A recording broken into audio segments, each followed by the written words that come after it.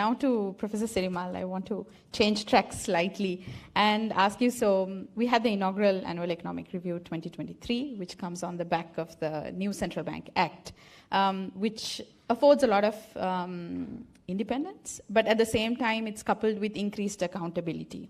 So in this backdrop, could you elaborate on the significance of central bank independence for ensuring macroeconomic and financial system stability, which was underscored by Governor and also Senior Deputy Governor?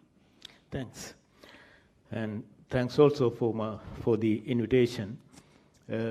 During the last 25-30 years, particularly if you look at the period after 1990s, there have been notable changes in central banking in the world. And what is that? The central bank, similarly, the central bank operations becoming more and more independent, and there have been reforms undertaken all around the world. And another important changes that has taken place along with the central bank independence is the couple of studies, including one from the IMF to my understanding. Couple of studies highlighted that the positive correlation between independence and the better management of the financial stability and the price stability, the central bank's primary mandate. So with this understanding, I think there have been a lot of discussions and debate that the central bank should be more and more independent in handling the primary objective of central banking. In Sri Lanka too, there have been this discussion for many years, but anyway, I'm glad that it came out recently. And what is the central bank independence? Because there has been a correlation, the influence and relationship, a straight kind of relationship between the government and the central bank.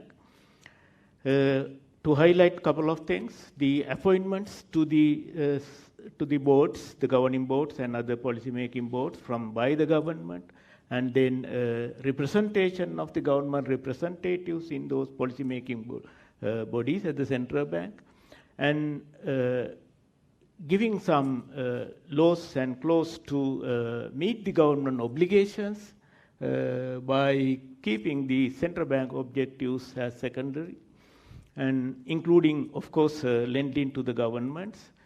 And from time to time, then other objectives that the governments have tried to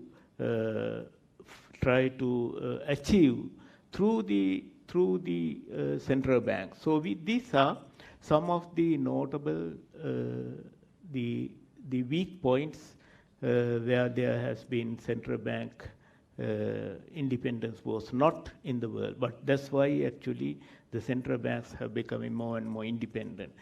So why now the central bank independent? Obviously, I think that during the last, as this report also highlights, and this element has been important to achieve what you have achieved actually during this 2023 period as well.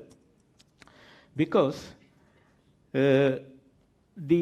what we achieve, the central bank, everybody knows that the primary objective of central banking is price stability and system stability. And that objective should be handled by as we have seen, it has been handled by the professionals, a group of professionals here, and evidence-based, research-based, and there has been established flows of information. So along with all these things, and there has been a scientific way of handling this primary objective by the central bank.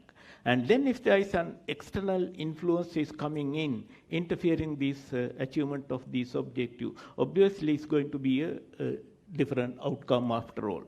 And the best part of it actually is the inflation, one of the worst things in the world, is in the hands of the central bank, that it has to be managed through the monetary policy.